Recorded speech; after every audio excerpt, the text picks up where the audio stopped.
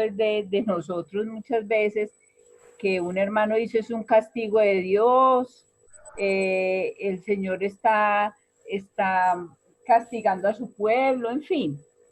Pero cuando escucho este video, y dice el hermano que si se va a hacer un juicio, empezaría por nosotros, por la casa del Señor. O sea que es más fácil señalar que pronto evaluar, ¿cierto? Evaluarnos y, y que en caso tal que llegara a un juicio, empezaría por su casa. Ese fue como uno de los puntos que me llamó la atención porque nos llama a reflexionar con respecto a no estar sacando conclusiones apresuradas ni deduciendo propósitos que tenga el Señor y que sean a mi parecer.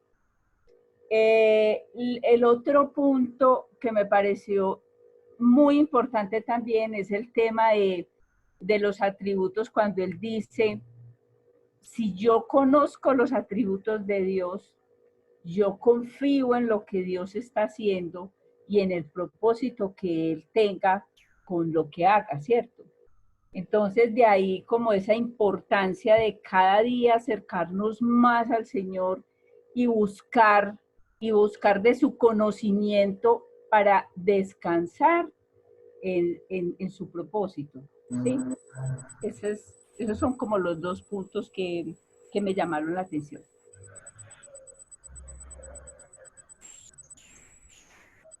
¿Alguien más tiene algo que decir del video?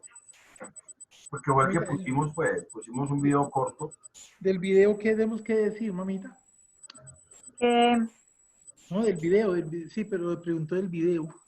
Del video, Juan Bayona. ¿No se escucha? No, es que les devolvió, que si lo vieron, que... Sí, claro. Muy bien. ¿Qué les pareció frente a la pregunta? Estaba con relación a la pregunta. Sí, sí. ¿Quién quiere comentar, hacer un comentario?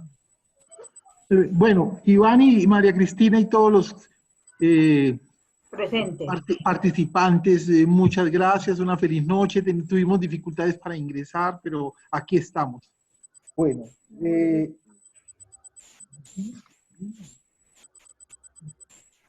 no, yo no sé. Bueno, hacíamos una reflexión con relación a la primera pregunta, que en estos días de COVID, ¿qué tan real es la soberanía de Dios sobre nuestra vida?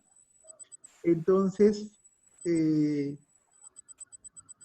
la respuesta pues que tuvimos aquí con doña Nancy, uno, bueno, como soberano no nos desampara el Señor, siempre está Él nos protege y está siempre con nosotros. Aunque la verdad nosotros, haciendo una reflexión, nunca nos habíamos preocupado o interesado por la soberanía de Dios, o sea, por ese atributo. No, lo veíamos como obvio, nunca la verdad, hicimos una reflexión en la vida, bueno, que Dios es soberano y entonces, bueno, ¿esto qué me implica? No, nunca la habíamos hecho. Para nosotros es, digamos, que una oportunidad muy importante esta. Y en segundo lugar, decíamos que, bueno, ¿por qué permite Dios que esto pase, que esta pandemia se dé, y con tanto daño y tanta desgracia? Y también pensamos, bueno, es una prueba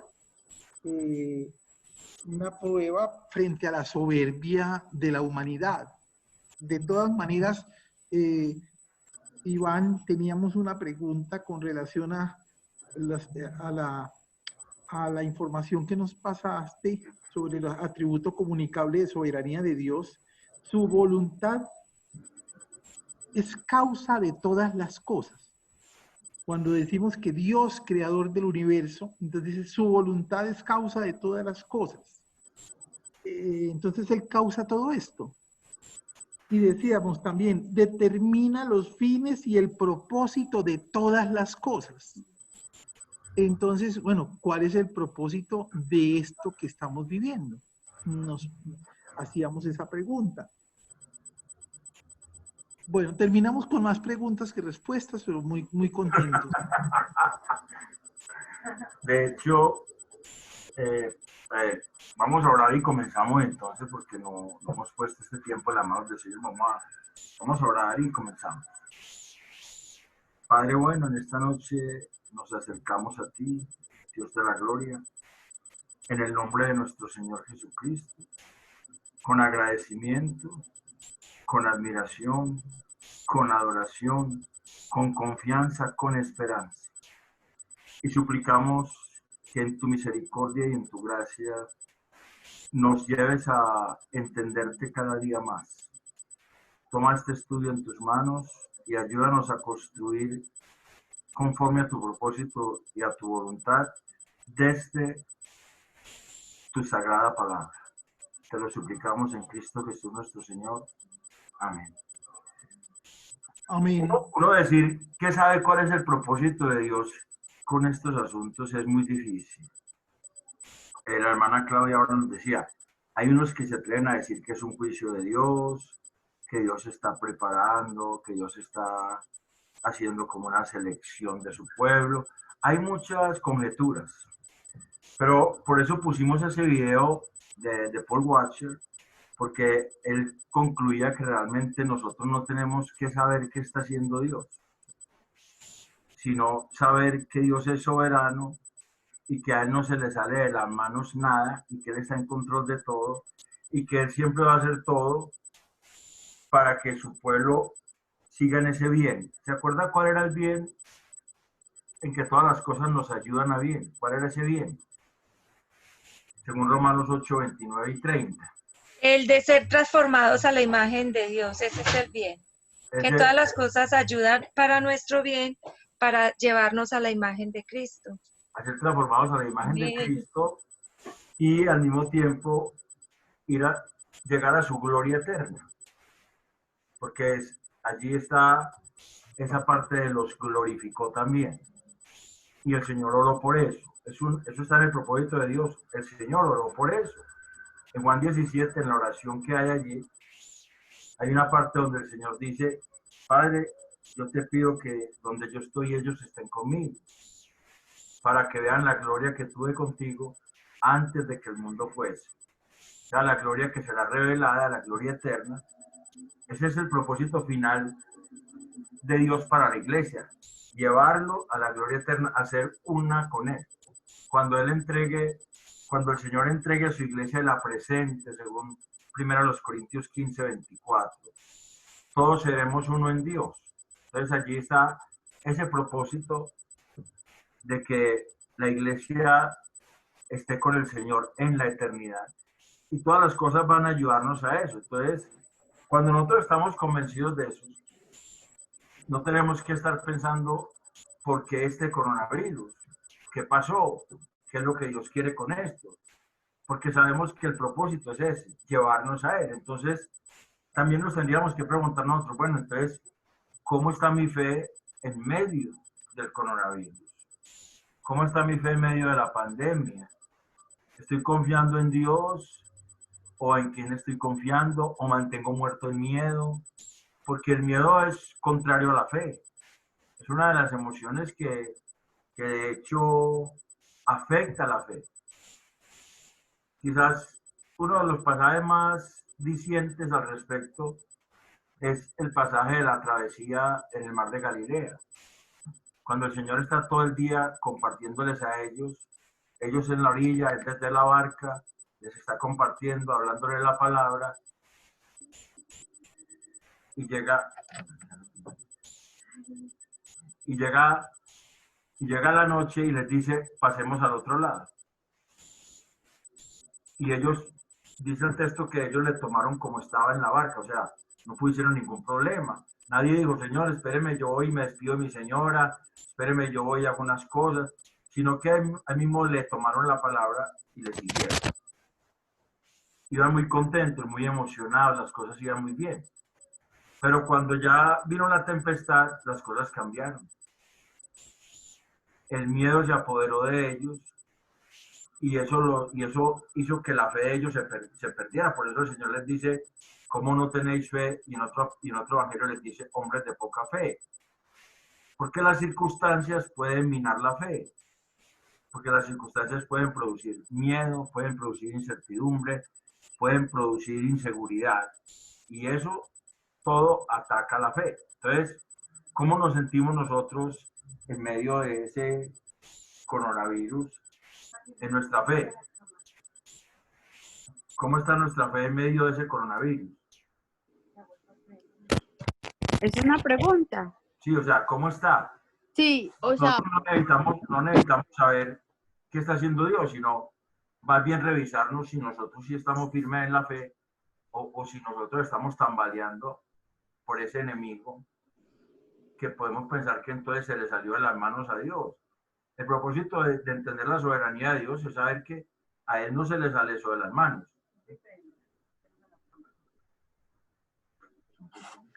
sí, o sea, yo pienso, yo no vi el video, pero sí, acá mucha gente a veces en la oración sale a relucir, la gente un poquito asustada porque está pasando esto. Y yo pienso que a veces uno tiende a proyectar sus cosas en decir, es que Dios quiere castigar, es que Dios quiere tal cosa. Yo pienso que la sabiduría de Dios es tan grande que puede que esté haciendo muchas de esas cosas, muchas cosas al mismo tiempo con diferentes propósitos para cada persona y que de todos modos esta es una oportunidad para crecer en la fe. Eso es lo que yo he visto también, porque el Señor es algo que saca a relucir las inseguridades, los miedos, en lo que uno tiene confianza, que por ejemplo si está confiado en el trabajo y se le acabó el trabajo, o sea, bueno, que son cosas de todos modos angustiantes, pero que prueban la fe. Entonces yo lo pienso que es una oportunidad, como en todas las cosas, como lo que estabas diciendo, que todas las cosas nos ayudan a bien. Una vez que el Señor, que ya somos hijos del Señor, todas las cosas que ocurren en nuestra vida tienen ese propósito de acuerdo al plan de Dios, que es perfeccionarnos y hacernos crecer. Entonces, cada persona lo vive diferente, pero ese es el propósito, pienso yo. Sí, obviamente aquí se está mostrando, con este tiempo del coronavirus, se está mostrando cuál es la madurez de cada creyente. Cada uno está mirando si está maduro o no, o si tiene fe o no, o si tambalea en cuanto a la zozobra. No estoy diciendo que no nos cuidemos, no estoy diciendo que cuando salgamos no nos pongamos la máscara esa que se pone, el tapabocas, que no nos lavemos. No, no estoy diciendo eso, porque eso son normas de higiene y seguridad que hay que tener. Lo que estoy diciendo es que estamos de pronto pensando que esto es más fuerte que nosotros, que se acabó la vida, que ya no tenemos sentido nosotros de seguir, que es el fin. Más de uno está hablando del fin, más de uno está hablando de que Dios está ya castigando al hombre. De hecho, Dios ha castigado al hombre. Dios ha castigado al hombre por el pecado siempre. El pecado siempre tendrá consecuencias para la vida del hombre. Pero estas realmente yo no consideraría que son las plagas que están en el Apocalipsis todavía, aunque algunos las están viendo así y ya han sacado un montón de rumores con respecto a eso. Yo más bien diría, mirémonos nosotros, cómo está nuestra madurez, cómo está nuestra fe, cómo está nuestro caminar con el Señor, porque también puede haber un propósito y es afianzar la iglesia.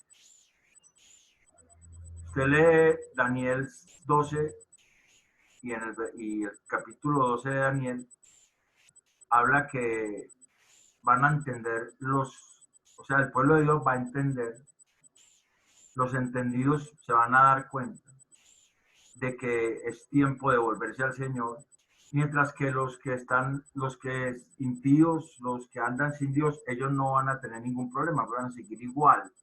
Entonces puede ser también un tiempo en que el Señor esté llamando a la iglesia a buscarle y a caminar más seriamente, porque desafortunadamente una de las cosas que escasea en las iglesias realmente es la santidad. Una de las cosas que escasea en medio del pueblo de Dios hoy en día es la santidad, y es un atributo de Dios que se comunica al hombre, sin el cual no le podemos ver.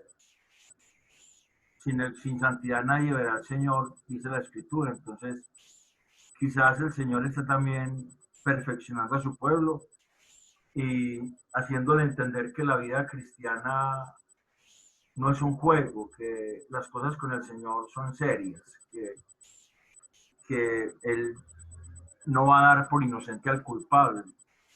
Y quizás algunos han tratado de jugar con Dios, digámoslo así, pensando que pueden evadirse de la presencia de Dios, lo cual es imposible. Entonces, eso es como algo parecido a lo que podíamos ver ahí, en un propósito de Dios. Pero todo tiene que ver con nosotros, con formarse Él en nosotros. Iba a decir algo, don Juan. Sí, Iván, que en el video nos dice Pablo que qué hacer en este tiempo, y nos da como nos brinda como tres alternativas. Y nosotros nos adelantamos, Iván, gracias a ti y a todo el grupo, María Cristina. Estudiar las escrituras, 1. 2, orar. Y 3, estar dispuestos a servir. Entonces, qué interesante, pues, estas tres alternativas que nos plantea. Y bueno, habría una cuarta tal vez que agregaríamos, como esta es qué hacer en este tiempo, como aprender a escuchar, y como a escuchar y a interpretar los signos de los tiempos, los signos de este tiempo, que es lo que estás diciendo ahí ahora. Bueno, ¿qué quiere Dios de mí? ¿Qué quiere Dios de nosotros? ¿Qué vamos a hacer en forma proactiva en estas circunstancias, ¿no? Con desempleo, con hambre, con tantas necesidades, pero también haciendo un llamado. Es una época de llamados a los dirigentes, un llamado a los empleadores, un llamado a los trabajadores, a cada uno de nosotros.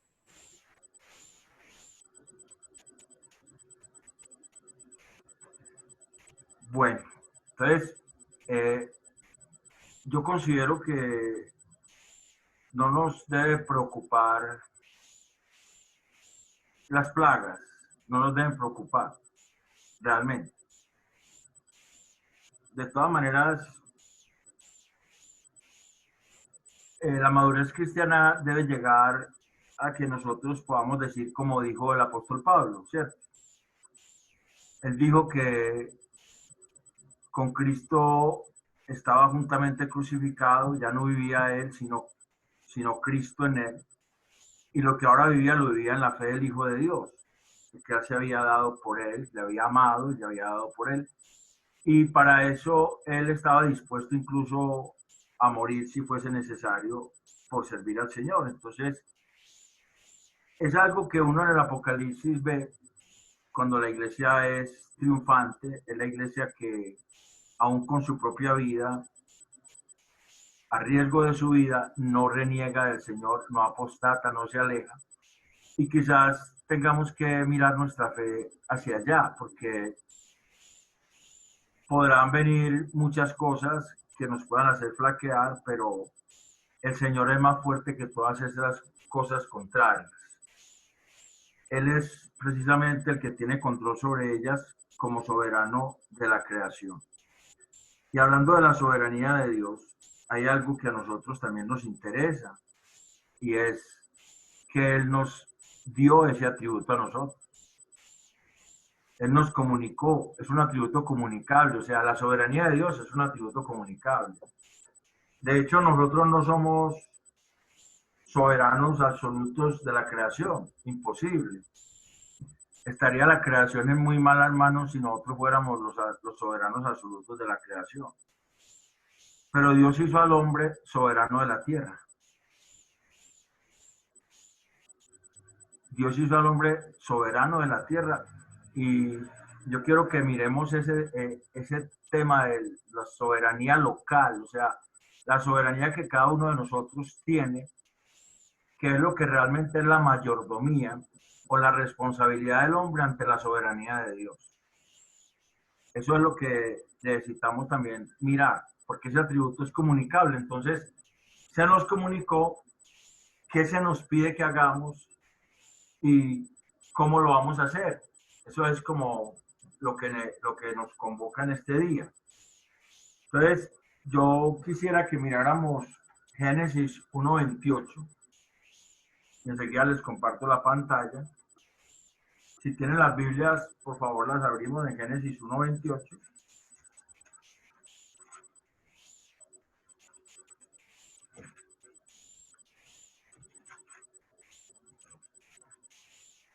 Te la leo.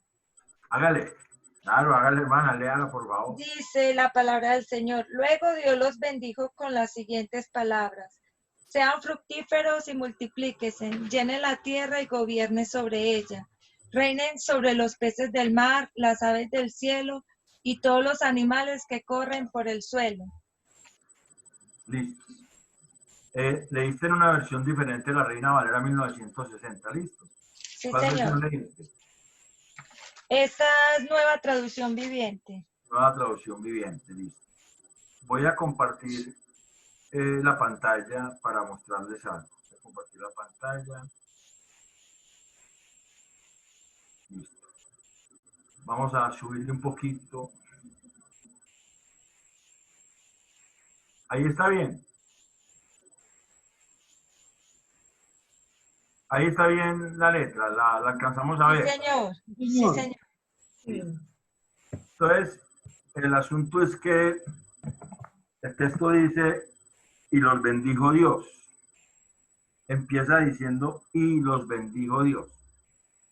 Antes de darle esa responsabilidad, Dios los bendijo. Eso es muy interesante porque quiere decir que Dios siempre ha querido bendecirnos. Esa palabra barak significa prosperar, ser dichoso, ser bienaventurado. Entonces, al bendecirnos Dios, lo que Dios quiere es que nosotros seamos felices, que tengamos abundancia en la tierra. Y eso está desde el principio, desde que estaba Adán y Eva en el huerto. Eso es muy importante porque en la soberanía de Dios, Él nos entrega el manejo de la creación, pero con el propósito de bendecirnos. Y por eso aparecen ahí unas palabritas. Les digo, fructificar. Voy a bajar por acá, que aquí los tengo. La palabra fructificar es la palabra para, tiene el significado de llevar fruto, aumentar, crecer, ser fértil, producir, retoñar. Es decir, el hombre como soberano local o como mayordomo encargado por Dios está en la responsabilidad de hacer producir la tierra, tanto en sus recursos naturales como en la propia especie humana específicamente. Esa es una de las misiones que tenemos, hacer prosperar lo que Dios pone en nuestras manos, fructificar, parar. Pero también le dijo, multiplicaos, multiplicaos. El vocablo es rabá y significa aumentar en cualquier aspecto. Aumentar, colmar, engrandecer, ensanchar. Es decir, que el hombre como mayordomo está encargado no solo de preservar la vida en el planeta, sino de hacerla abundante. Eso fue lo que el Señor Jesucristo vino a dar. Yo vine a que tuvieran vida y vida abundante, Juan 10:10. llenar la tierra. O sea, hay tres verbos: fructificar, para, multiplicar, rabá, y llenar la tierra, malá, que significa abastecer, completar, embarazar, suministrar. En este caso particular, la directriz se relaciona directamente con la reproducción de la raza humana.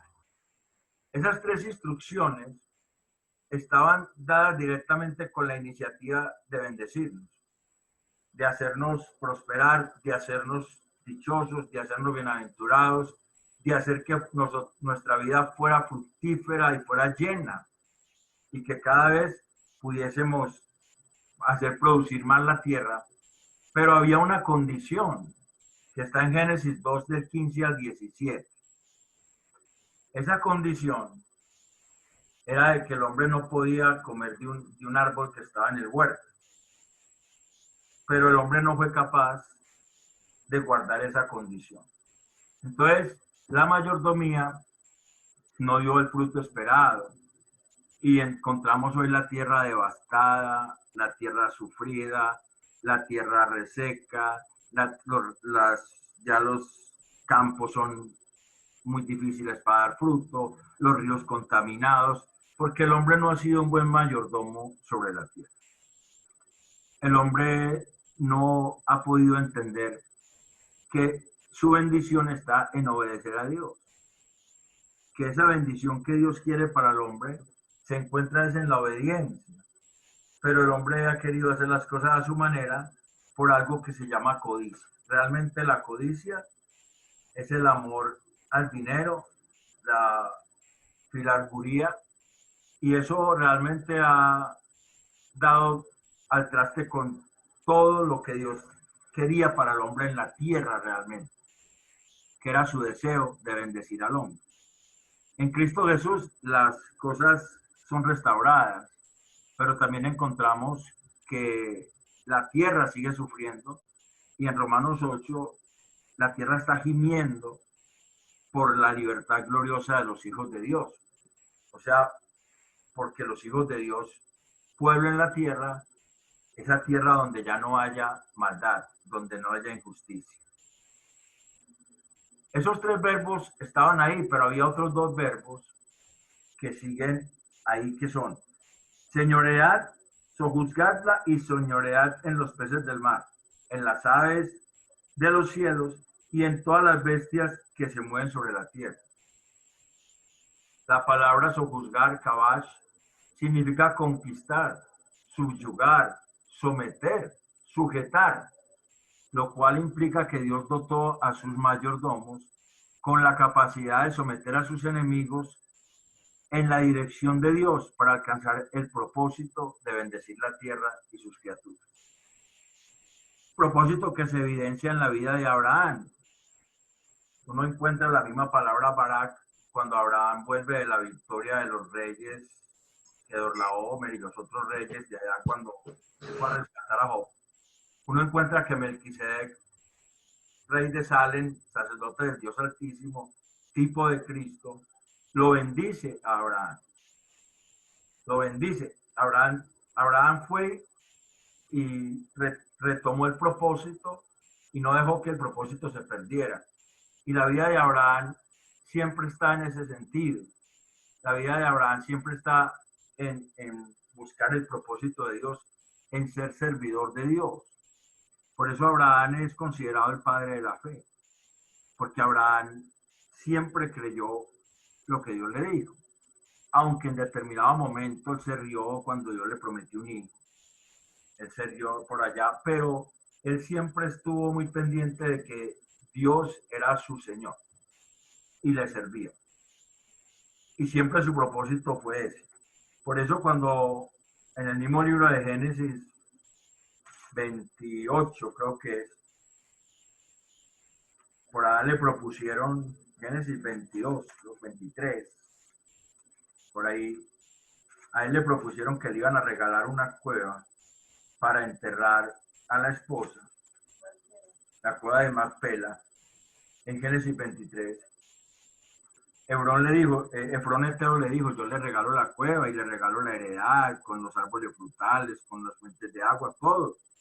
Y Abraham dijo, no, no, yo le compro todo, yo le pago todo, y le tocó pagar caro, porque si él recibía ese regalo quedaba esclavo de Efroneteo, o sea, quedaba para servirle toda la vida a un hitita. Y él era servidor del Dios Altísimo. Siempre su propósito estaba encaminado en ser un mayordomo fiel. Ese otro verbo que aparece allí, además de kabash, que es sojuzgar, es radá, que es señorear. Y señorear también traduce pisotear, subyugar, destrozar, estar a cargo, consumir, dirigir, dominar, mandar, tomar. Es decir, Dios dotó a los mayordomos con la capacidad de tomar, subyugar y aún destrozar a sus enemigos que se interpusiesen a los planes y propósitos de Dios para llevar a cabo sus planes.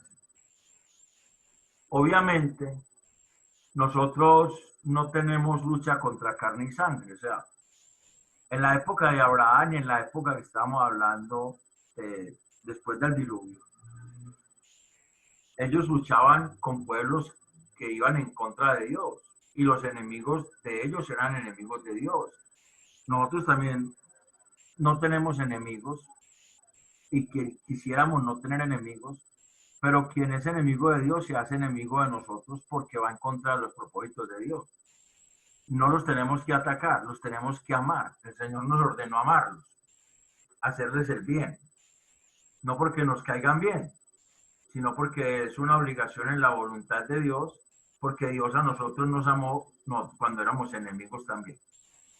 Pero nosotros sí tenemos unos enemigos que son espirituales, que están en Efesios 6, 10 y 14, allá donde habla de que no tenemos lucha contra carne y sangre, sino contra tinieblas, y Dios nos dio armas para subyugarlas también en Cristo. Y la victoria la ganó Él. Entonces, el plan está, la capacidad de ser mayordomos está, porque el Señor restauró. Ahora nuestra responsabilidad de ser mayordomos sigue siendo la misma. Nosotros somos responsables locales, mayordomos locales, responsables ante Dios. Los hombres que somos cabeza de hogar somos responsables ante Dios por nuestra familia. Dios nos puso como cabeza de una familia. Algunos los puso como gerentes de una empresa o dueños de una empresa. Son responsables ante Dios del funcionamiento de esa empresa y del trato de los trabajadores en esa empresa y de cómo manejan las cosas allí. Si hay contabilidades escondidas, si hay 2 inventarios, 3 inventarios, de eso tendrá que dar cuenta a Dios en su mayordomía. Dios nos dio a nosotros la capacidad para manejar, administrar, gobernar cada asunto de acuerdo a donde uno está. Por ejemplo, lee Mateo 25, hay una parábola, después de la parábola de las 10 vírgenes, hay una parábola que es de los talentos. Y hay un señor de esos que esconde el talento. Él lo esconde. Él no lo hace producir. Él no pone eso para producir para su señor, sino que lo esconde. ¿Qué le pasa a ese que esconde el talento? Ese es un mal mayordomo. ¿Qué le pasa? Al último le quitan lo que tiene, se lo dan al que hizo producir más, y el Señor le dice que lo echen a las tinieblas de afuera. Y allí será el lloro y el crujir de dientes. O sea, nuestra mayordomía va a dar cuenta a Dios de nuestra responsabilidad ante la salvación que nos dio. Ese atributo de la soberanía de Dios es la mayordomía, la responsabilidad de nosotros. ¿Y Dios por qué nos la dio? ¿Por qué nos dio Dios a nosotros esa responsabilidad? Alguno podrá decir, no, porque es que Dios nos conoce. Sí, y yo sé que nos conoce. Pero el salmista levanta un cántico en el Salmo 8. En el Salmo 8, versículo 4, voy a compartir otra vez la pantalla.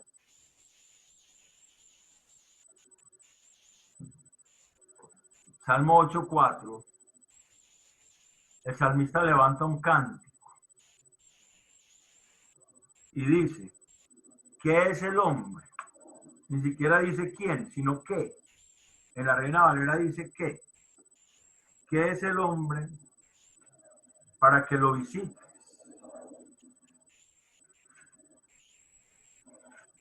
Y el Hijo del Hombre para que tengas de él memoria. Salmo 8. ¿Qué es el hombre para que tengas de él memoria y el Hijo del Hombre para que lo visites? Le has hecho poco menor que los ángeles y lo coronaste de gloria y honra. Le hiciste señorear sobre las obras de tus manos, todo lo pusiste debajo de sus pies. Ovejas y bueyes, todo ello, y asimismo las bestias del campo, las aves de los cielos y los peces del mar, todo cuanto pasa por los senderos del mar. Oh Jehová, Señor nuestro, cuán grande es tu nombre en toda la tierra. Allí está el Salmo 8, versículos 4 y 5, habla de honra y gloria. De honra y gloria. La palabra coronar es la palabra atar y significa cercar para proteger. Y aparece en el Salmo 103, 4, acompañado de otras dos palabritas que dice que lo llenaste de favores y de misericordias. O sea que realmente no fue un mérito de nosotros. Volvemos a lo que hablábamos la vez pasada. No fue mérito de nosotros.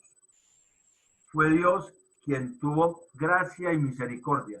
La palabra favores y misericordias, la palabra favores es gesed, que implica gracia, misericordia, compasión, piedad, benevolencia, favor, voluntad. Y el vocablo misericordias, raham, que a su vez significa compasión por amor.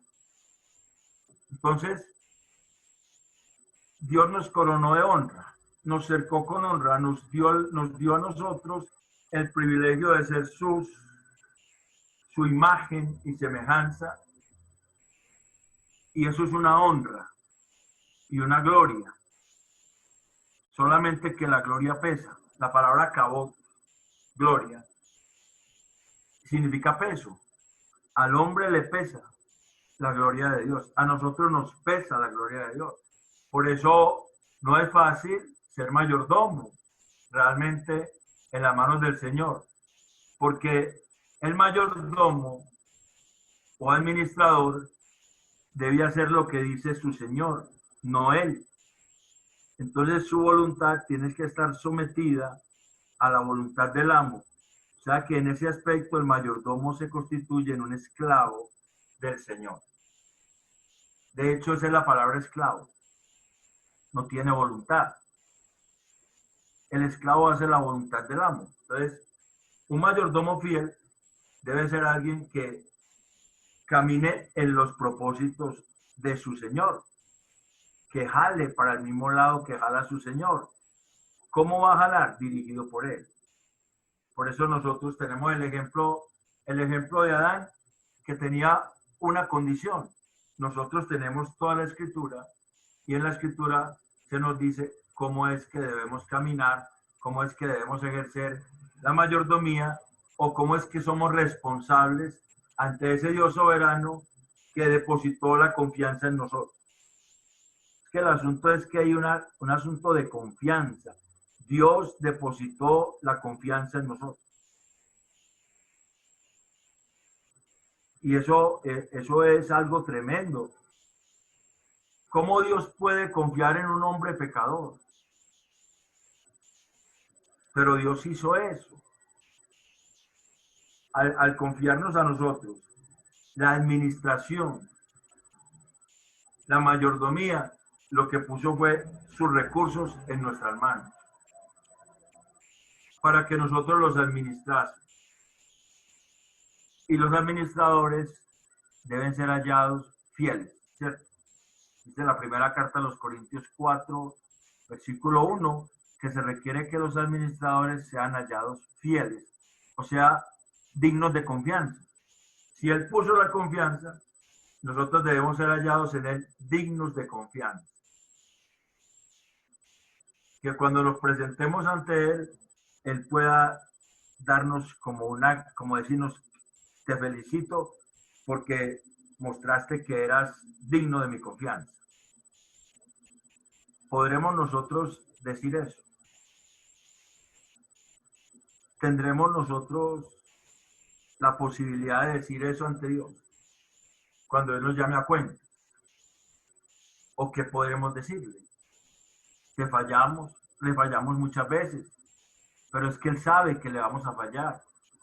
Lo que pasa es que Él ha prometido estar con nosotros para restaurarnos y llevarnos hacia adelante y continuar, porque no nos va a desechar. Simplemente Él extiende su misericordia todos los días y nos hace cada vez más fieles. En cualquiera que sea nuestra administración, en cualquiera que sea nuestra manera donde Dios nos puso, el lugar donde Dios nos puso. Si Dios lo puso a pastorear una iglesia, su responsabilidad está en pastorear esa iglesia conforme a lo que Dios dice. Se requiere que los pastores sean así, dice la primera carta a los Corintios, la primera carta de Timoteo, capítulo 3. Se requiere que los diáconos sean así, se requiere que los obispos sean así. Ahí hay unas características que es necesario mirar y mirar, bueno, yo estoy enfrente a esas características, ¿cómo estoy? Si nos puso como maestros de la palabra, el maestro debe hablar lo que Dios dice. No tiene que hablar de su cuenta. Debe hablar lo que Dios dice. En su ministerio. Si te puso como padre de familia, el padre de familia debe criar su familia como Dios dice. Esa es la manera de darle cuenta a Dios de la mayordomía. La parábola del mayordomo infiel, por ejemplo, todo lo contrario a un mayordomo fiel. Es un hombre que saca ganancia para sí mismo de lo de su señor. Saca provecho para él de lo que le dio su señor a manejar. Y el Señor en una forma irónica le dice, yo te digo, hagan amigos por medio de las riquezas injustas, para que cuando éstas falten, no le falten en las moradas eternas los amigos. Como quien dice, para cuando estén condenados allá en el infierno, tengan con quien charlar. Un mayordomo infiel es alguien que no va a hacer caso a su señor. Es alguien que va a tratar de hacer las cosas a su manera y va a amar más su vida que al Señor. Entonces, ahí está el asunto de la mayordomía.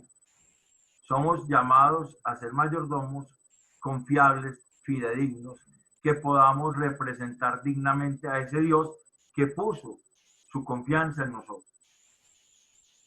Realmente, defraudar a Dios es algo que no debe estar en nuestros planes. No debe estar ni siquiera en nuestro pensamiento. Pero es tan fácil defraudar a Dios. Es tan fácil fallarle a Dios. Y es tan reiterativo fallarle a Dios en el mismo problema, en el mismo punto. Y como que Dios sigue insistiendo y el hombre sigue en su terquedad y sigue fallando. Necesita realmente ese hombre rendirse a Cristo. No podría ser restaurada la mayordomía si Cristo no hubiese venido. Porque por gracia fue dada la mayordomía en el huerto de Edén. Dios les dijo, los bendijo, la hermana nos leyó ahora, y los bendijo, parar. Les dijo, sean felices, sean dichosos, tengan una vida abundante. Pero van a hacer esto, pero van a tener que tener cuidado de no hacer una cosa. La palabra de Dios está regulando la mayordomía nuestra. Está regulando nuestra responsabilidad ante ese Dios totalmente diferente a nosotros, quien decidió confiar en nosotros. Que es un asunto bien interesante, que Él decida poner su confianza en nosotros. Por eso nosotros no debemos estar preocupados por qué dicen aquellos de mí, o qué dicen las personas de mí, qué dicen de nosotros. No, ni tenemos que estar diciendo que es que Dios me ama mucho. Sabemos que Dios nos ama mucho, demasiado, más de lo que podemos comprender. Nosotros tenemos que estar pendientes de que Dios hable bien de nosotros, porque Dios ya nos bendijo. Allá en Génesis los bendijo a ellos y a nosotros en Cristo Jesús nos bendijo. Efesios 1, 3 y 4, 5 y 6, si usted quiere ir hasta el 6. Bendito sea el Dios y Padre nuestro Señor Jesucristo, quien nos bendijo con toda bendición espiritual en lugares celestiales en Cristo Jesús, habiéndonos destinado en amor para ser adoptados hijos suyos por medio de Jesucristo, porque Él nos escogió desde antes de la fundación del mundo para eso. Él ya nos bendijo y Él espera que cuando nos presentemos ante Él, Él pueda ratificar esa bendición. Cuando dice allí que Él nos bendijo por encima de todos los cielos, o sea, en los lugares espirituales, lo que significa es por encima de todos los cielos. Es decir, que Él habló bien, de una manera que todas las potestades oyeron, que la iglesia es amada en los ojos de Dios, que Dios tiene buena voluntad para la iglesia, benevolencia, y eso es por Cristo.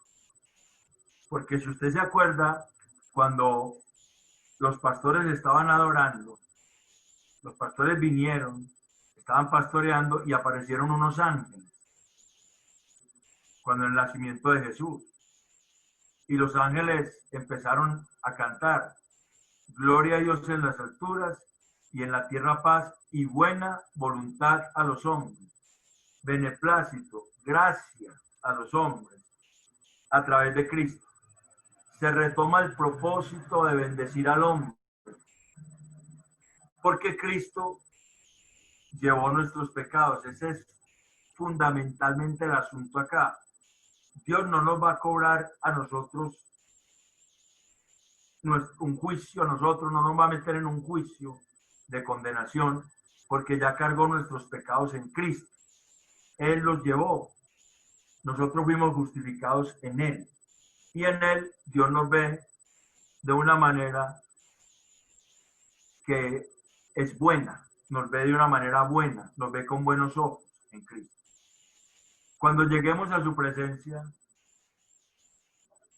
podrá Él ratificar eso que habló por encima de todos los cielos, que está en Efesios 1:3.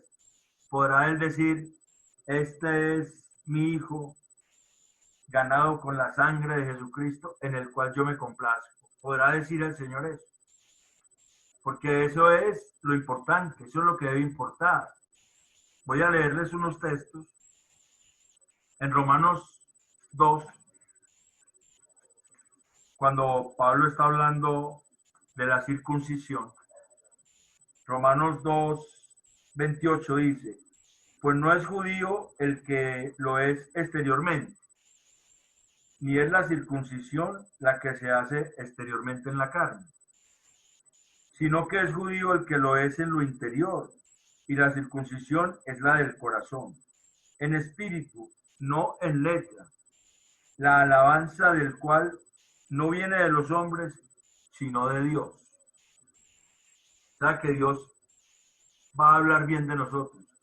Dios va a decir cosas bonitas de nosotros. Porque ya las dijo.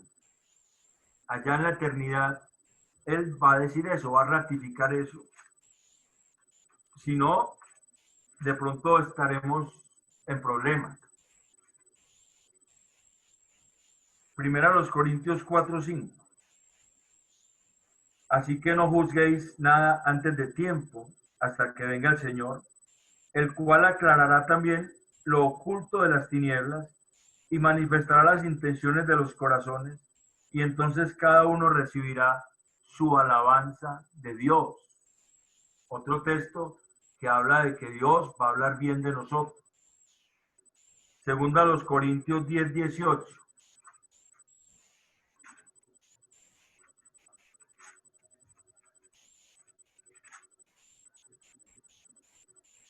Porque no es aprobado el que se alaba a sí mismo, sino aquel a quien Dios alaba. Otro texto. Primera a los Tesalonicenses 2:4.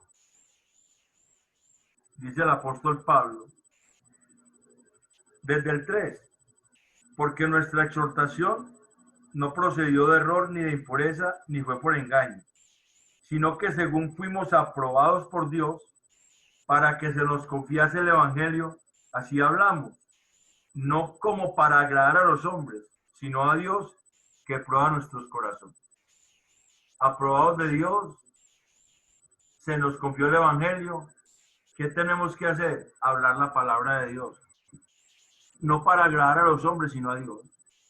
Ese es el asunto de los ministros, de los que están desde los púlpitos, de los que están enseñando. Hay que enseñar la escritura, porque esa es nuestra mayordomía en este caso. En la casa también. En la casa hay que enseñarla porque la escritura va a formar el carácter de Dios.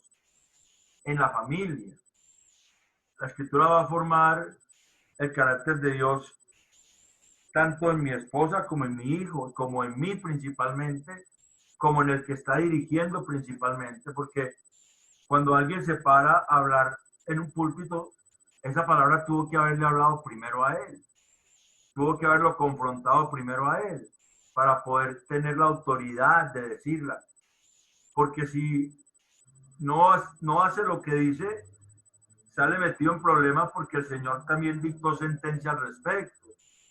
Él le dijo a los discípulos, miren, en la cátedra de Moisés se basan los fariseos. Así que lo que ellos digan, hagan, pero no hagan como ellos hacen, porque dicen y no hacen. Entonces, ahí es donde está el asunto. La mayordomía que Dios nos dio es nuestra responsabilidad ante su soberanía. No somos soberanos absolutos. No, el soberano absoluto es Él. Y gracias a Él no lo somos, porque estaría la tierra en un problema muy grande con nosotros, siendo soberanos absolutos. Seríamos dictadores. Querríamos que todo el mundo hiciera la voluntad de nosotros y obligaríamos a la gente a seguirnos de una manera cruel. Hay personas así. Y la historia ha conocido personajes así, pero no muestran realmente los atributos de Dios en su vida. Dios quiere que mostremos sus atributos, que mostremos su soberanía, siendo mayordomos de lo que Él ha puesto en nuestras manos. Es algo muy interesante, que la soberanía de Dios se nos traspasa porque Él quiso traspasárnosla a nosotros, porque Él quiso que nosotros fuésemos los que administráramos la tierra. Por eso está el Salmo 8 ahí. El salmista está aterrado. Y dice, ¿pero qué es el hombre? El salmista que sabe que el hombre es nacido en pecado, que el hombre ha sido concebido en pecado, que el hombre vive en medio de un mundo que está en pecado y que además ha sido criado en pecado, porque la primera carta de Pedro 1:18 dice que el Señor nos rescató de nuestra vana manera de vivir que nos enseñaron nuestros padres. O sea que con tanto pecado alrededor, el hombre es un ser muy corrupto. Simplemente porque Cristo llega y hace una obra extraordinaria en la vida de ese hombre corrupto, ese hombre corrupto puede caminar con Dios. Simplemente por eso. Eso se llama gracia. Y es una gracia irresistible. Es una gracia que el hombre no puede dejar. Seguir a Cristo es algo que en nosotros está y ya nadie nos puede quitar eso. Ni el coronavirus, ni ningún dictador nos podría quitar eso. porque hay una convicción en el corazón de seguir a Cristo. Y ese es el propósito de Dios. Esa es la mayordomía que Dios espera que nosotros tengamos. Podemos así entonces nosotros evidenciar una soberanía local en las manos de Dios, en el propósito de su voluntad, que sigue siendo bendecir las naciones de la tierra. Sigue siendo la misma que le dijo a Abraham, Génesis 18 y 19. Le había dicho en Génesis 12, en Génesis 18 vuelve y le dice, en ti me serán benditas todas las naciones, ya no la familia, sino las naciones de la tierra. Y nosotros fuimos llamados a bendecir. Pero solamente podemos hacerlo si Cristo es el Señor realmente entronado en nuestros corazones. Si no, nosotros vamos a blasfemar el nombre de Dios. Y no le vamos a llevar la honra y la gloria, que es lo que dice el Salmo 8. Lo coronaste de honra y gloria. El Salmo 8 dice eso. Dios nos cercó con honra y con gloria para que Él sea exaltado. El Salmo 8 termina así. El Salmo 8 termina con una exaltación.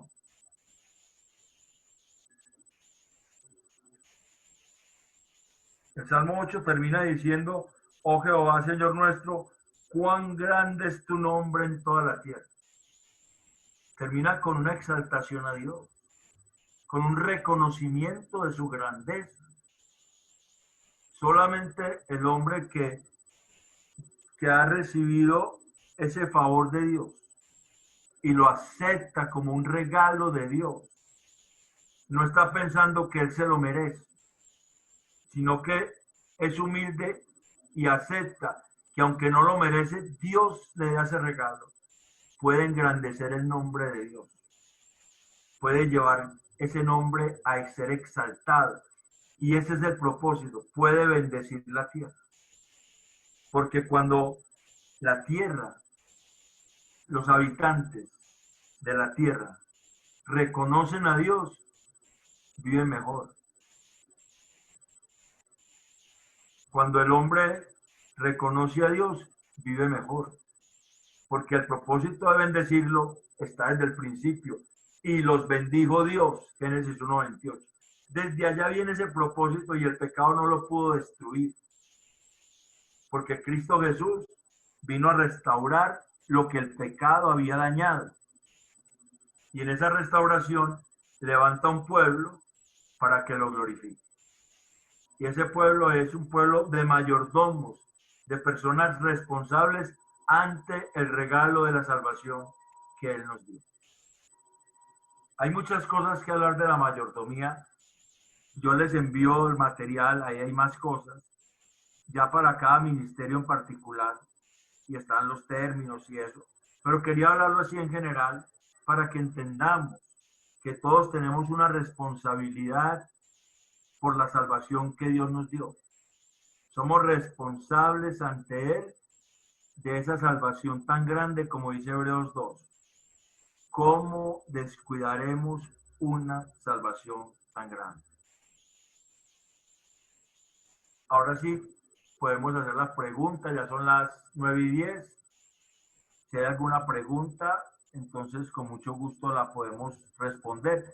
Los que tenían dudas sobre la elección, la predestinación, en la Biblia es fuerte ese tema, pero a mí me parece que hay más posibilidades de ser humilde cuando yo entiendo que Dios me escogió porque Él quiso, que cuando yo pienso que había algo muy bueno en mí, por lo cual Dios me escogió. Yo pienso que hay más posibilidades de ser humilde cuando yo entiendo que yo no tenía nada que mostrarle a Dios y Él en su amor me escogió, simplemente porque Él quiso. Que cuando alguien piense que hay algo bueno en Él que Dios vio, que sería discutible desde la Escritura, pero alguien lo puede pensar y ese es su derecho. Y eso no nos va a hacer enemigos, sino nos va a hacer que que no seamos salvos, porque la salvación se tiene que ver. El fruto del Espíritu Santo no puede ser falseado. Por eso el Señor dice que a nosotros nos van a conocer por el amor. Y eso hace parte del fruto del Espíritu Santo. No por el vestido, ni por el carro, ni por la casa, ni por la manera que hablamos, ni lo que cantamos, ni lo que comemos, sino por cómo nos relacionamos en amor. Ahí es que nos van a conocer. Porque si amamos a los que nos aman, ¿qué bien hacemos? Porque si amamos a los que nos hacen el bien, pues eso hace la gente del mundo. El Señor está diciendo, amad a vuestros enemigos. Mateo 5, 44, 45 al 48. Para que seáis hijos de vuestro Padre que está en los cielos. Para que seáis hijos de vuestro Padre que está en los cielos. Y eso es algo que me dice a mí que si yo no puedo tratar bien al que me hace daño, no soy hijo de Dios. Iván, en el chat tienes una pregunta de Giovanni.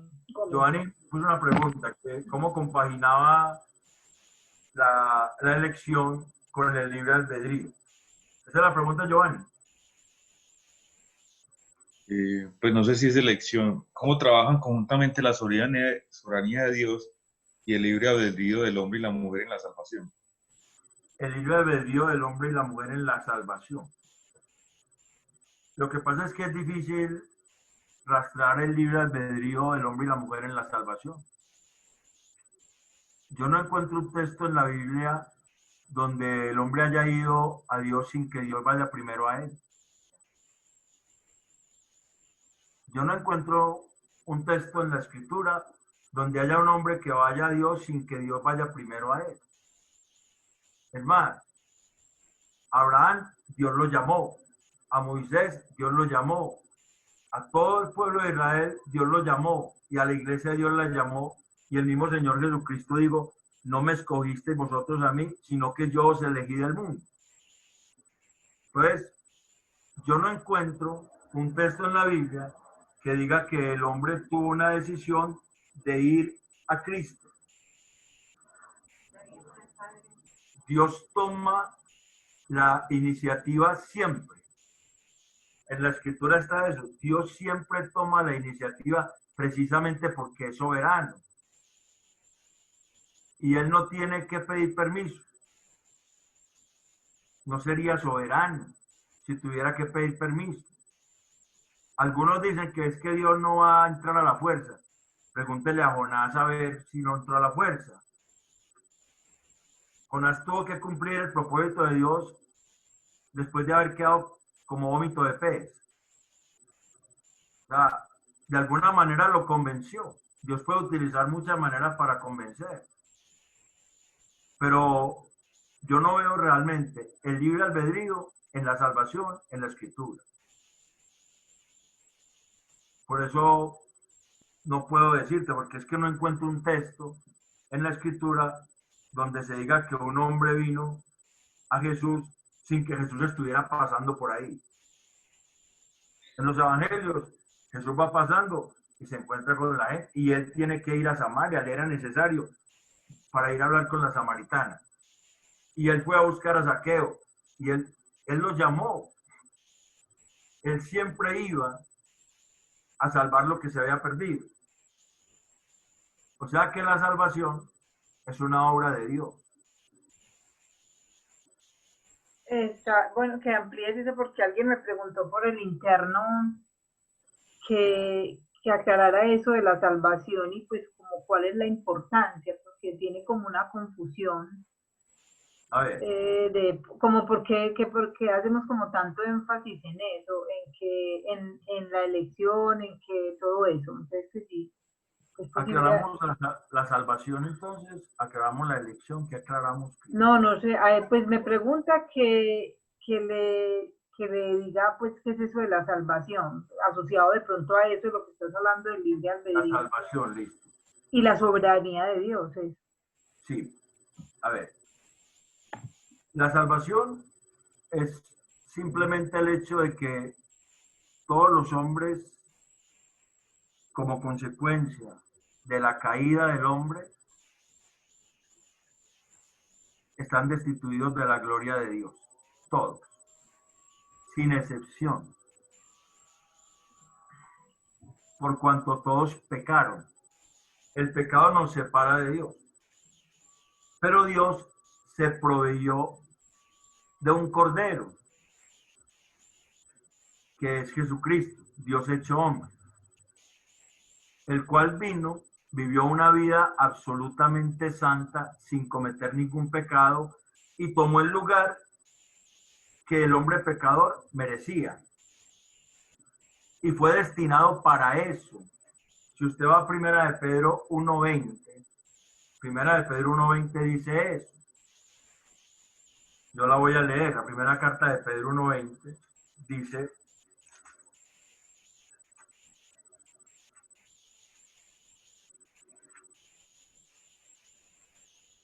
desde el 18, sabiendo que fuisteis rescatados de vuestra vana manera de vivir, la cual recibisteis de vuestro Padre, no con cosas corruptibles como oro o plata, sino con la sangre preciosa de Cristo, como de un cordero sin mancha y sin contaminación, ya destinado desde antes de la fundación del mundo, pero manifestado en los postreros tiempos por amor de vosotros, y mediante el cual creéis en Dios, quien le resucitó de los muertos y le ha dado gloria, para que vuestra fe y esperanza sean en Dios, habiendo purificado vuestras almas por la obediencia a la verdad mediante el Espíritu, para el amor fraternal no fingido, amados unos a otros entrañablemente de corazón puro, siendo renacidos. Y ahí está una cosa básica en la salvación: siendo renacidos no de simiente corruptible, sino de incorruptible,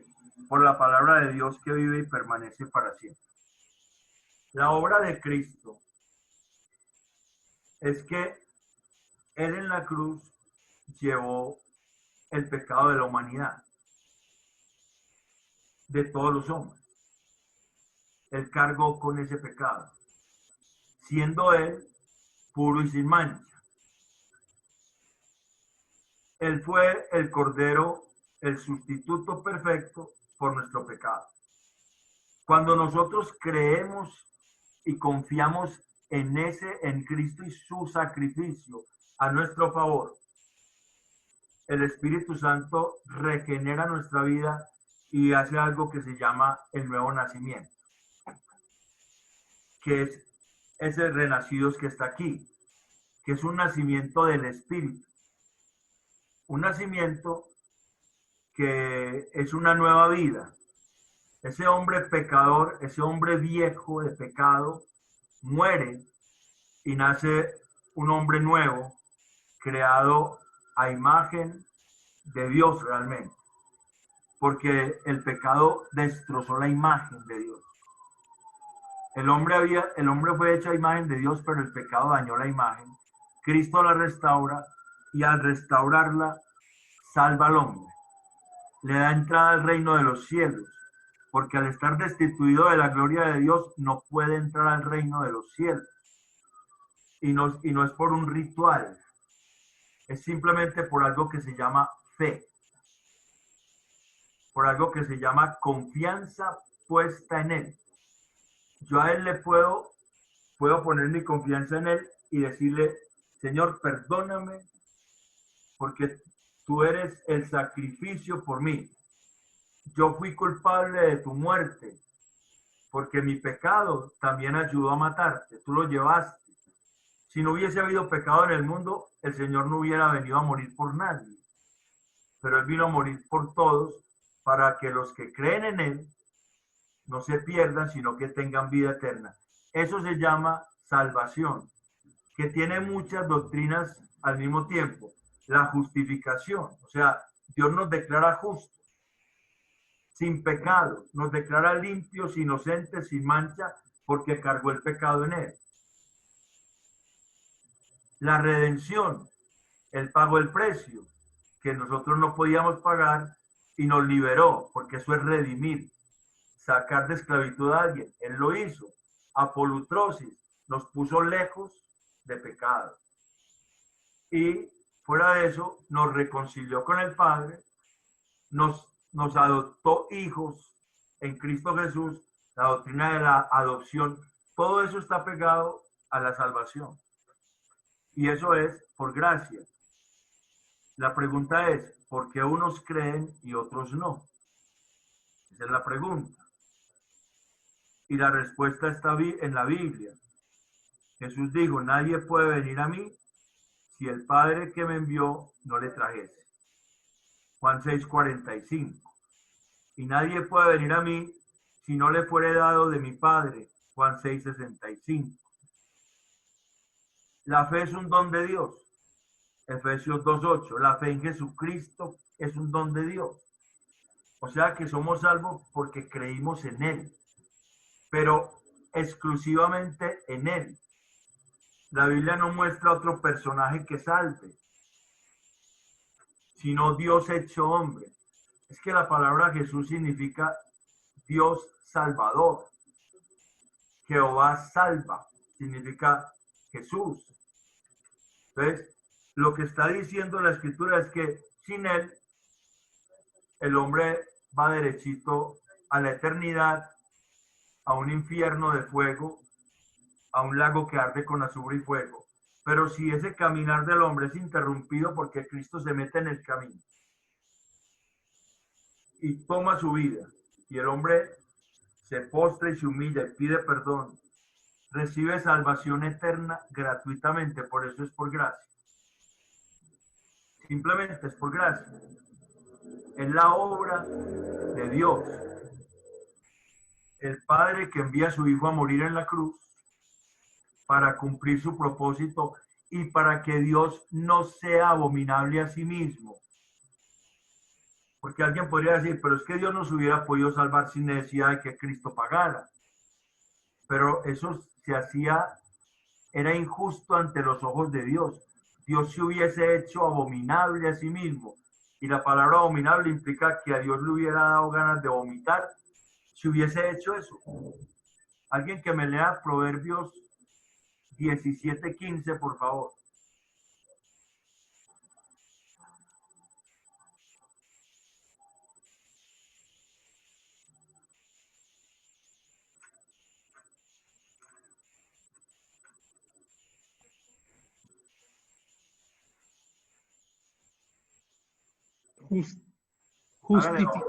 Justificar al malo y condenar al justo, ambas cosas abomina Yahvé.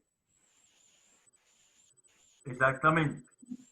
El que justifica al impío y el que condena al justo, ambos son igualmente abominables a Jehová o a Yahvé, a Dios. O sea que si Dios simplemente nos hubiera justificado siendo impíos, siendo malos, siendo pecadores, sin haber tenido que pagar un precio, sin haber habido quien pagar, Él se hubiera hecho repudiado a sí mismo, a Él le hubiera dado ganas de vomitar él mismo. Eso es lo que significa dominación. Por eso el sustituto perfecto es un cordero inmolado desde el principio de la creación. Apocalipsis 13:8. Él fue destinado para eso. Desde antes de que el mundo fuese, dijo Pedro, primera de Pedro 1:20, y Apocalipsis 13:8 dice que ese cordero fue inmolado, o sea, fue sacrificado, fue derramado desde el principio de la creación.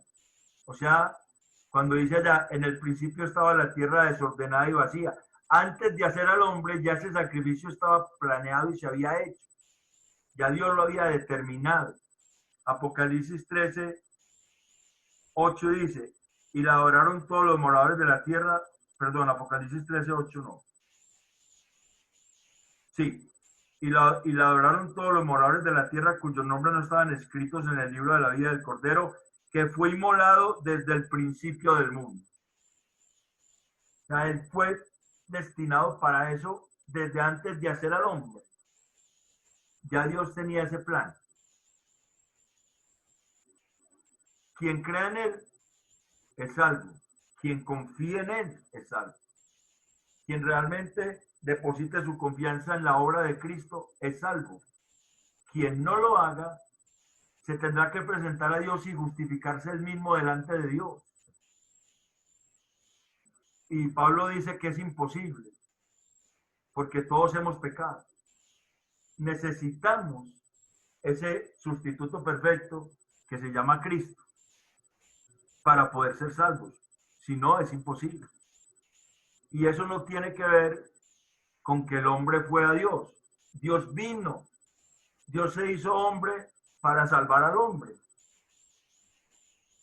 Así de sencillo.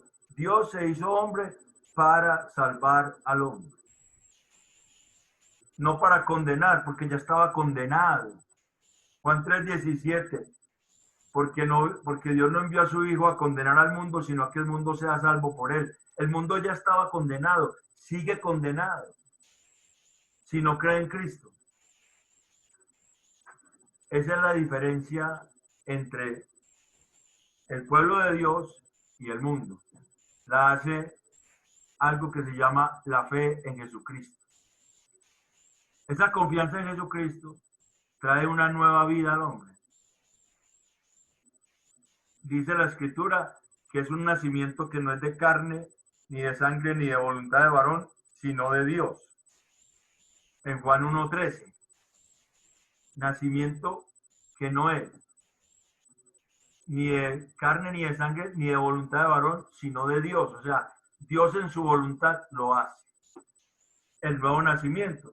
Y el Señor le dijo a Nicodemo, si no nacieres del agua y del Espíritu, no puedes entrar al reino de los cielos. El nacimiento del agua, todos los seres humanos lo tenemos. Nacimiento de la carne, el nacimiento de nuestras madres.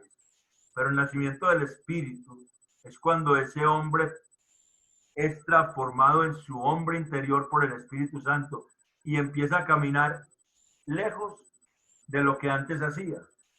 Hay un giro de 180 grados, hay una conversión. Y en lugar de caminar apartándose de Dios, se devuelve y se voltea para acercarse a Dios. Y se va acercando. Y cada vez que se acerca, sabe cuánto lo necesita. Porque cada vez que lo conoce más y más, se da cuenta cuán lejos está de él. Cuán lejos estamos de él. Sin embargo, él ha prometido llevarnos a sus moradas eternas. Por eso es una cuestión de confiar en él. No podemos empezar a mirar nuestras debilidades. Tampoco las debemos ignorar. Las debemos poner en las manos de Dios, sabiendo que el poder de Dios se perfecciona en la debilidad. Y ahí es donde el hombre débil puede decir, fuerte soy en Cristo. Porque su poder se perfecciona en la debilidad. Eso es la salvación. Y la salvación se ve. Porque la fe se tiene que ver al obrar. Porque si no, sería una fe muerta. Y una fe muerta no salva. Porque está muerta.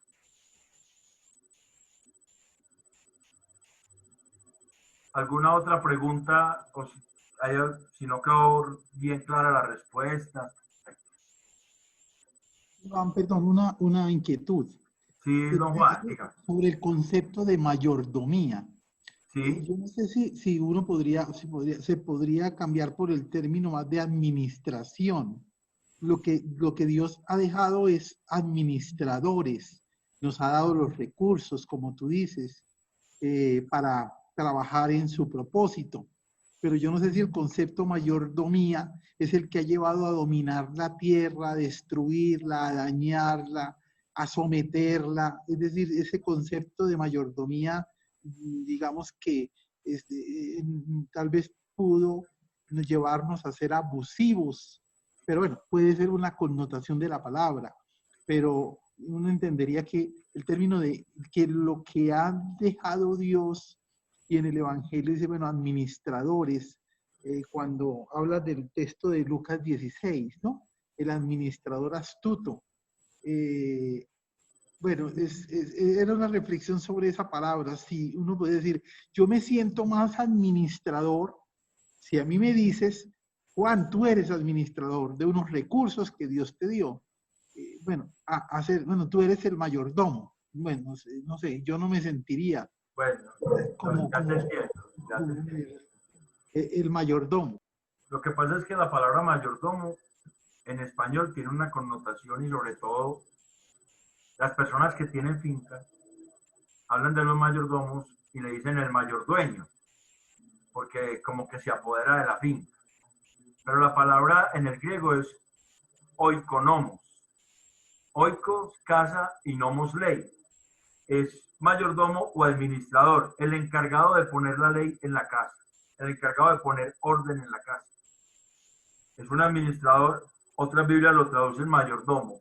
No tiene que ver con la connotación que se le da en el español, que ya se le da como cierto poder de autoridad sobre incluso el dueño, que es lo que puede estarte causando eso, pero el término es indiferente. Algunas Biblias traducen administrador, otras traducen mayordomo. La palabra en griego es oikonomos, de oikos, casa o familia, y nomos, ley, orden.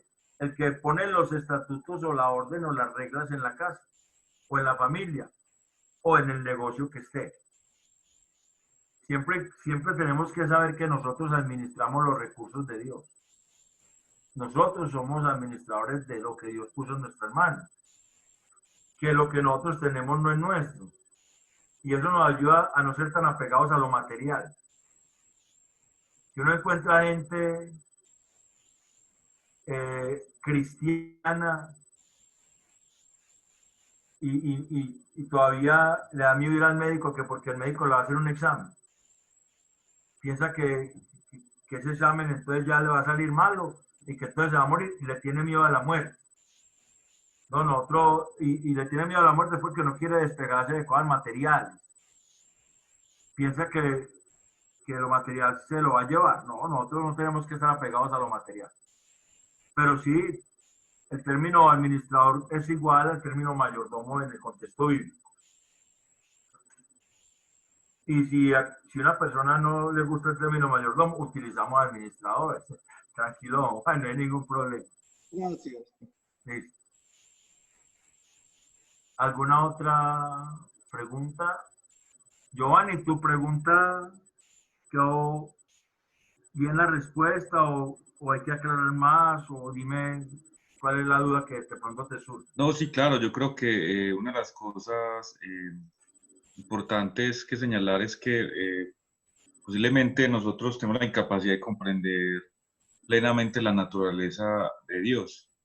Y frente a ello, pues nuestra responsabilidad, pues, podemos decir que es dejarle al Señor todos los elementos que muchas veces no entendemos, la presencia, la elección, la predestinación, y ser obedientes pues de la palabra y ser obedientes de compartir las buenas nuevas. Quería yo que es también pues parte de nuestra responsabilidad conjunta, pero a la vez también dejarle al Señor todos los elementos que a veces no entendemos, porque es tan grande que somos muy pequeños para entender esa magnitud y dejarle al Señor hecho.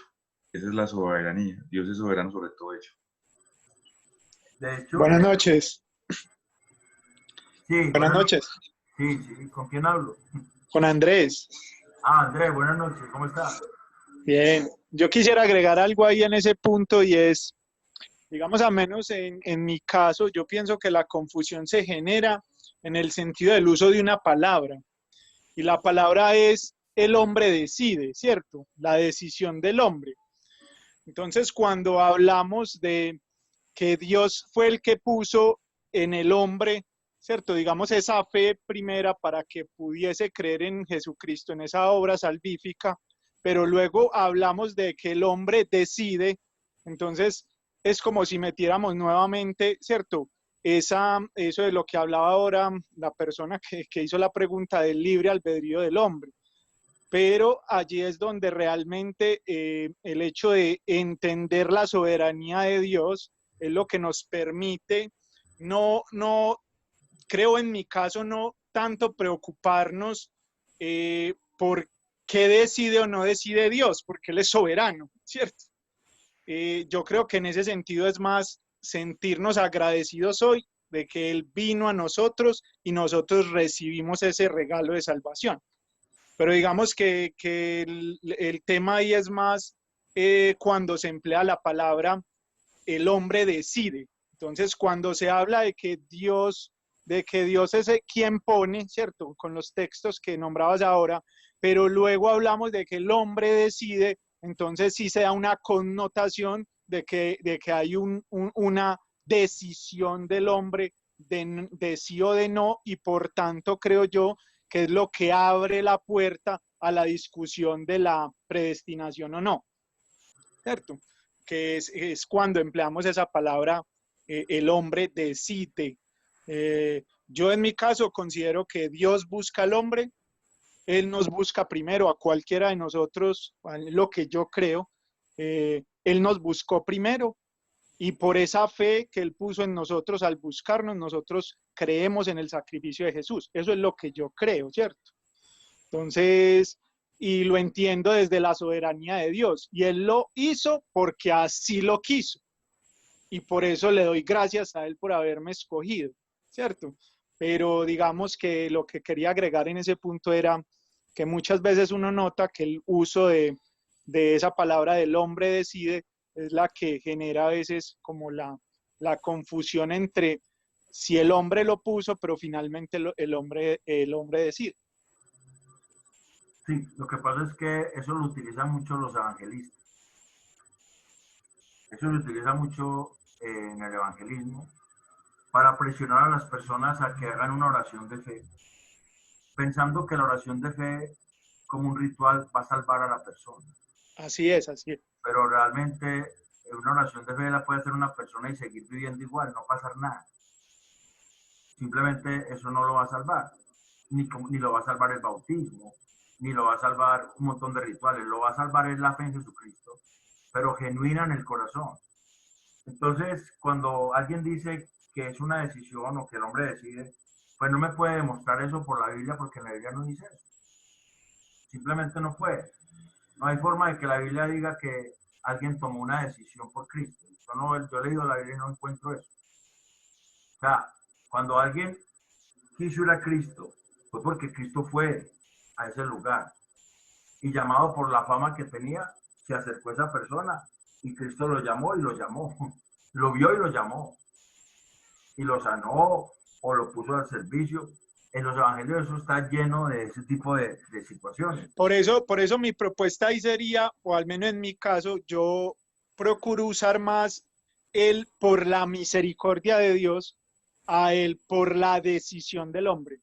Pues creo que es más correcto darle a entender a las personas que la salvación llega a nosotros por la misericordia de Dios, porque Él pues tuvo esa iniciativa. Por eso, es por gracia. Por gracia, exacto. Es que realmente la misericordia es que Dios a nosotros no nos dio lo que merecíamos. Merecíamos el infierno. Por misericordia no nos lo dio. Y la gracia es que Él nos dio lo que no merecíamos. O sea, nos dio la eternidad en Cristo, que no la merecíamos. Las dos cosas se compaginan. Y las dos cosas no tienen ningún choque, no hay ninguna contraveniencia entre la misericordia y la gracia. Si usted mira las epístolas de Pablo, las pastorales, siempre están gracia, misericordia y paz de Dios el Padre y de nuestro Señor Jesucristo. Siempre está saludando así. Pablo siempre está deseándole eso a la iglesia, porque es que nosotros fuimos salvos por misericordia para que tengamos misericordia también. Eso dice Efesios 2. Pero Dios, que es rico en misericordias, nos salvó, nos resucitó en Cristo Jesús, nos hizo sentar con Él en lugares celestiales, para que nosotros llevemos su gloria, o sea, para que nosotros seamos instrumentos en sus manos, para que nosotros también extendamos esa misericordia. para que nosotros podamos mostrar a Cristo a las personas, y para eso es necesario el amor de Dios en el corazón. Es fundamental, porque si yo amo al enemigo, el enemigo tiene dos opciones: o volverse a Cristo, porque dice, este es raro, este le hago cosas y este antes me hace el bien, y preguntar y llegar a Cristo, y se cumpliría Proverbios 21, Proverbios 25, 21, 22 y Santiago 5, 20. Sí. O el enemigo sigue como está y sigue y muere sin Cristo, y se cumple Proverbios 10, 12 y Romanos 12, 20. Cuando dice que si dale de comer a tu enemigo, dale de beber, porque haciendo esto, ascuas de fuego amontonarás sobre su cabeza. Entonces, las dos cosas que se cumplan están en la voluntad de Dios. ¿Cuál es mi obligación? Amarle. No porque me caiga bien, sino porque Él me amó, también yo siendo enemigo de Él. Romanos 5, 8 al 10. Por eso es que nosotros necesitamos ese amor formado en nosotros. El amor ágape, el amor de Dios en nosotros. Para poder nosotros ser instrumentos en sus manos. Todo esto se relaciona. El amor es otro atributo de Dios comunicable al hombre. En Cristo Jesús. Todos estos atributos se le comunican al hombre por gracia nomás, no porque el hombre tenga la capacidad de llevarlo. Dios lo capacita, porque también hay un texto en Filipenses que dice que Él es el que pone el querer como el hacer, por su buena voluntad. O sea, Él lo hace por su buena voluntad. No lo hace porque el hombre es muy bueno, sino por su buena voluntad. Ya. Y Él fue el que comenzó la buena obra en nosotros y la perfeccionará hasta el día de Jesucristo. Bueno, yo creo que ya faltan 10 Falta un cuarto para las minutos. 10. Ajá, para las 10.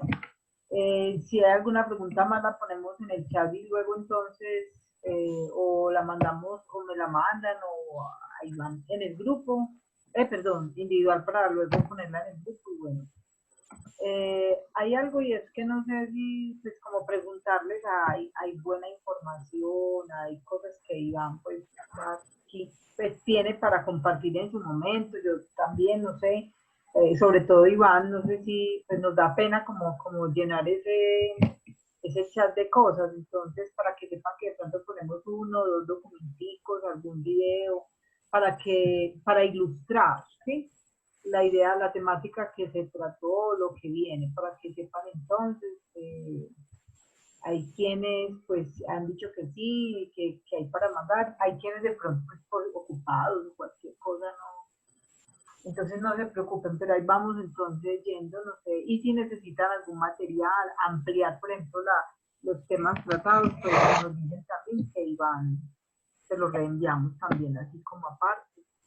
Entonces, por ejemplo, hay un documento de la elección que Iván ha trabajado muy interesante. Para quien lo quiera, me dice y yo le envío, se lo envío pues así como de manera personal. O lo ponemos ahí en el grupo si están de acuerdo. Bueno, no sé, de todas maneras, despidámonos. Muchas gracias. Un abracito, alguien que nos comparta una oración y bueno, que Dios nos ayude a entender cada día más cómo es que nos podemos gozar y depender cada vez más de esos atributos del Señor. Porque pues ese es el fin último y si lo entendemos y lo conocemos, va a ser distinto todo, sino que a veces forcejeamos, yo ahorita pensaba yo, qué bobada, es uno forcejeando como con todas las cosas y el dueño de todo, el soberano, esperando que uno acceda como a eso y uno queriendo hacer 55,000 cosas por fuera de esa soberanía. Y ahí el agotamiento, muchas cosas que pasan. Bueno, entonces, si alguien quiere orar para despedirnos, Andrés, si quiere el último que habló. si quieres ora para que nos despidamos y un abracito para todos.